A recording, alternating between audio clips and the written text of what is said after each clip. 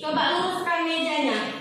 Mejanya supaya pembelajaran jadi fokus. Nah, coba dulu. Sekarang buka bukunya pada tema 2, yaitu udara bersih bagi kesehatan, dan di subtema 1. Coba buka bukunya semuanya.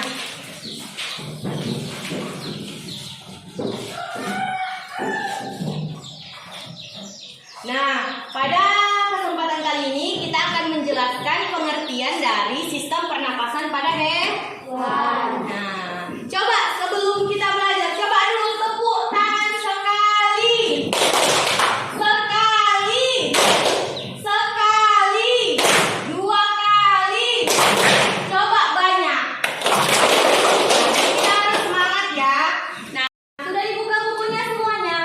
Sudah. Membahas mengenai sistem pernapasan pada hewan.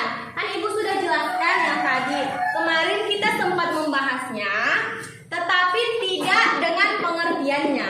Ada sistem pernapasan pada hewan, ada 3 yang Ibu ambil hewannya. Apa saja? Ikan, serangga. Nah, itu kan hanya sebatas kalian tahu saja. Maka hari ini kita akan membahasnya. Sistem pernapasan pada hewan ada 3. Ada amfibi yaitu katak, ada ikan, dan ada serangga. Yang pertama amfibi. Nah, pengertian dari amfibi itu apa Bu kira-kira? Ada yang tahu nggak? Ada yang tahu nggak? Kalau ada yang tahu ditunjuk diangkat tangannya nak. Ada yang tahu nggak kira-kira pengertian amfibi sebelum Ibu jelaskan? Ada yang tahu? Ada yang tahu?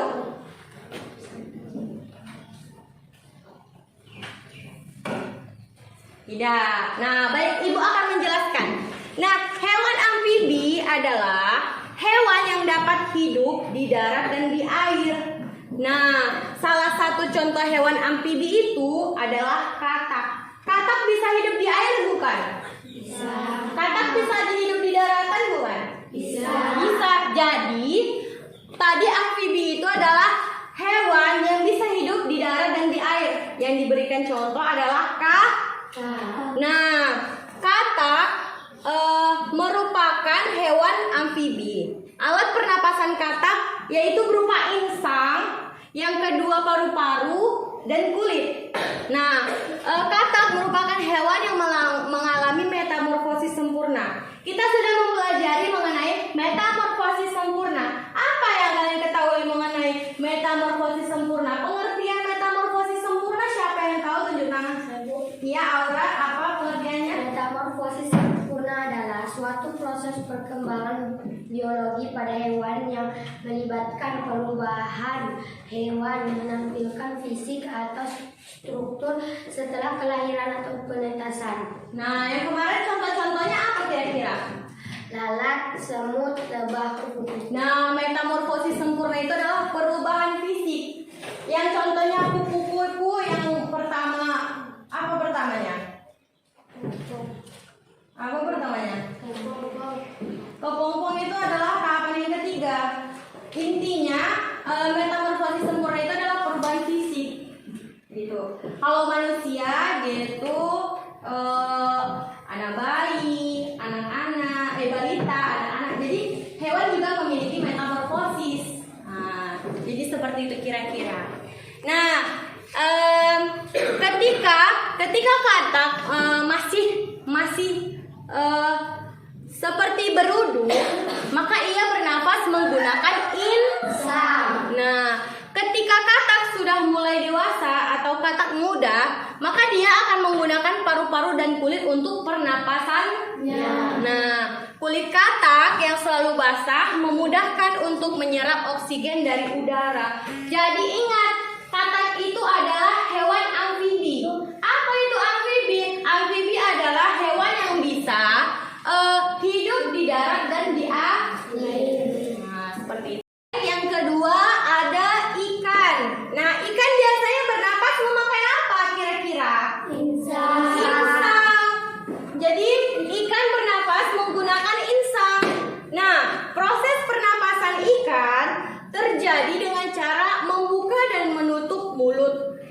sama seperti insan. Berarti ketika ikan membuka mulutnya, berarti itu tanda dia bernafas. Dan ketika dia menutup mulutnya, itu tandanya dia sudah bernafas. Karena ketika dia menutup mulut, maka insan juga terbuka.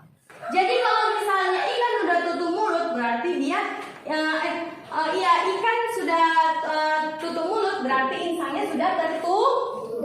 Nah, proses pernapasan pada ikan terjadi ada 2 tahap, yaitu tahap inspirasi dan tahap ekspirasi. Nah, inspirasi tadi itu ketika ikan bernafas, maka dia membuka mulutnya.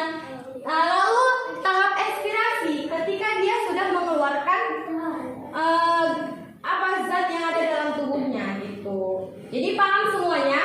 Berarti proses pernapasan ikan itu ada 2 tahap, tahap inspirasi dan tahap ekspirasi. Nah, baik, yang ketiga ada serangga. Nah, siapa sih yang tahu di antara kalian ini serangga itu bernapas melalui apa? Trakea. Menggunakan trakea. Nah, ini ada pernyataannya, ada pengertiannya. Serangga bernapas menggunakan trakea. Nah, trakea memiliki struktur cabang-cabang yang menembus struktur jaringan tubuh yang biasa disebut trakeal. Trakeal. 1, 2, 3 trakeal.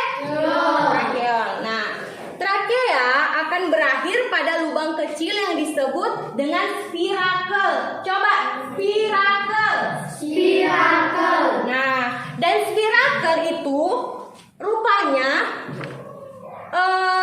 pengertiannya adalah merupakan tempat keluar masuknya udara pada serangga. Jadi spirakel ini adalah tempat keluar masuknya udara pada serangga. Nah, sistem pernapasan pada serangga ada 3. Kalau ikan tadi ada 2, inspirasi dan ekspirasi. Kalau yang serangga itu ada 3. Saluran sistem pernapasannya pada serangga ada 3. Ada inspirasi, ada pertukaran gas, dan ada ekspirasi. Nah, inspirasinya apa, Bu? Inspirasi adalah udara luar masuk melalui spirakel menuju trakeal sampai ke sel-sel tubuh. Kalau pertukaran gas apa, Bu? Terjadi di dalam trakeal. Berarti terjadi pertukaran gas dari luar ke dalam. Jadi pertukaran gasnya itu ada di trakeal. Nah, kalau ekspirasi itu apa, Bu? Ekspirasi adalah karbon dioksida akan menuju ke trakea dan keluar melalui spirakel. Jadi, kalau misalnya tadi ikan ada 2 tahap pernapasan, kalau misalnya serangga ada 3 tahap pernapasan. Nah, jadi kalian sudah mengerti kira-kira? Sudah mengerti kira-kira? Sudah, Bu. Baik, setelah penjelasan dari Ibu mau kalian membagi kelompok menjadi 2 kelompok. Coba yang di depan menjadi kelompok 1, yang di belakang menjadi kelompok 2. Ayo, Ibu hitung sampai 5.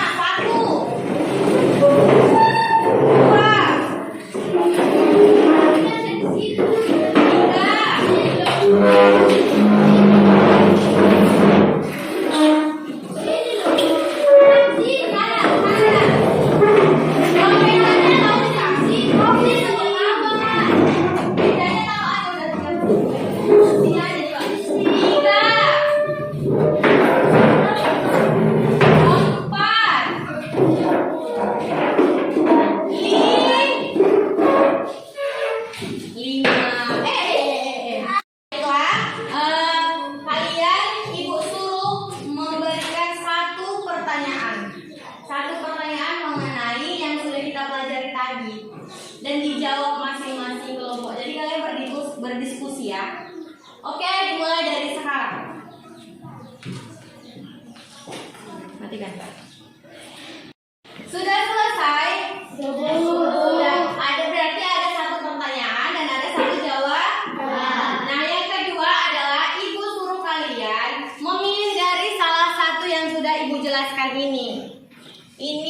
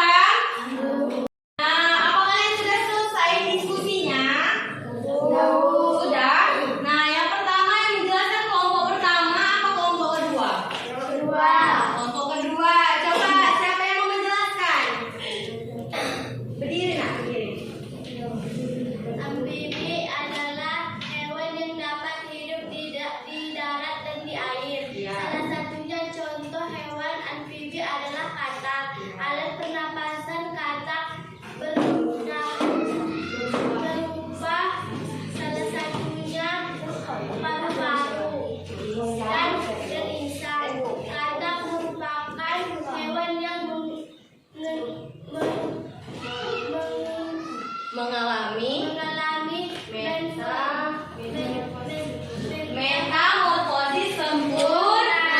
Tepuk tangan dulu untuk kelompok 2. Nah, untuk kelompok 1 sekarang, siapa kira-kira yang mau menjelaskan?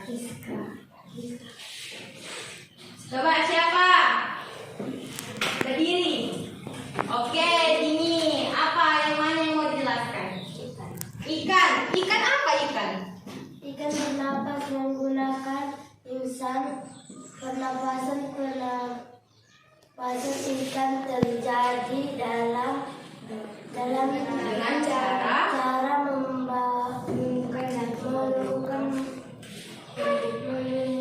dan menutup.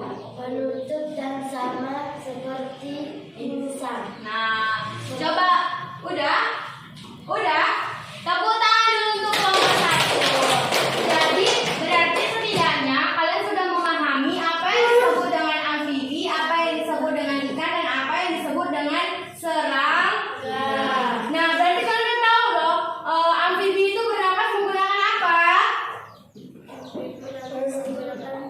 Paru-paru, insang dan kulit. Kalau ikan?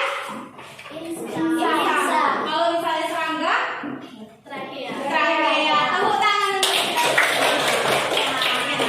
Siapa yang belum paham dengan penjelasan yang Ibu jelaskan tadi? Coba angkat tangannya kira-kira.